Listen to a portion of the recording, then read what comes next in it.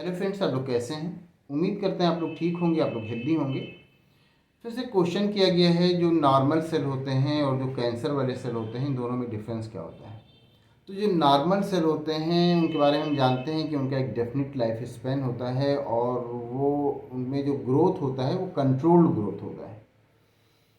Body के किस part में, किस सेल में कितना ग्रोथ होना है, ये सब कंट्रोल्ड रहता है। लेकिन इन्हीं सेल में जब ये जो ग्रोथ होता है इसका कंट्रोल हट जाता है और अनकंट्रोल्ड ग्रोथ होने लगता है और इनका जो लाइफ स्पैन है वो डेफिनिट नहीं रह जाता, इनडेफिनिट हो जाता है और इनका जो ग्रोथ है वो अनकंट्रोल हो जाता है, तब इन्हीं सेल्स को कैंसर वाले सेल कहते हैं और इन्हीं सेल का ये अनकंट्रोल्ड ग्रोथ ही कैंसर कहलाता है।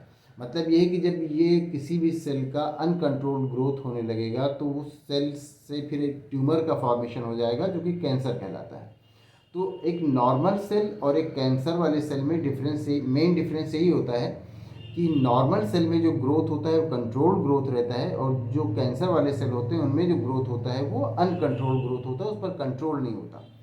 और इसके लिए चाहे फिजिकल एजेंट भी हो सकते हैं, केमिकल एजेंट भी हो सकते हैं, बायोलॉजिकल एजेंट भी हो सकते हैं। कैंसर के लिए एक नॉर्मल सेल को कैंसर वाला सेल बनाने में जो एजेंट काम करते हैं वो एजेंट फिजिकल भी हो सकते हैं और केमिकल भी हो सकते हैं और बायोलॉजिकल भी हो सकते हैं, तीनों तरह के एजेंट हो सकते हैं। तो आपका जो क्वेश्चन है कि एक नॉर्मल सेल और एक कैंसर वाले सेल में क्या डिफरेंस होता है, तो मेन डिफरेंस ये होता है कि नॉर्मल सेल पर नॉर्मल सेल का ग्रोथ कैसे होगा उस पर वो कंट्रोल में रहता है और इसमें जो कैंसर वाले सेल होते हैं ये अनकंट्रोल्ड ग्रोथ होता है। ये मेन डिफरेंस होता है। तो उम्मीद करते हैं आप दोनों का डिफरेंस समझ गए होंगे। अगर इसमें किस तरह का कोई कन्फ्यूज़न है या कोई और क्वेश्चन है तो आप पूछ सकते हैं।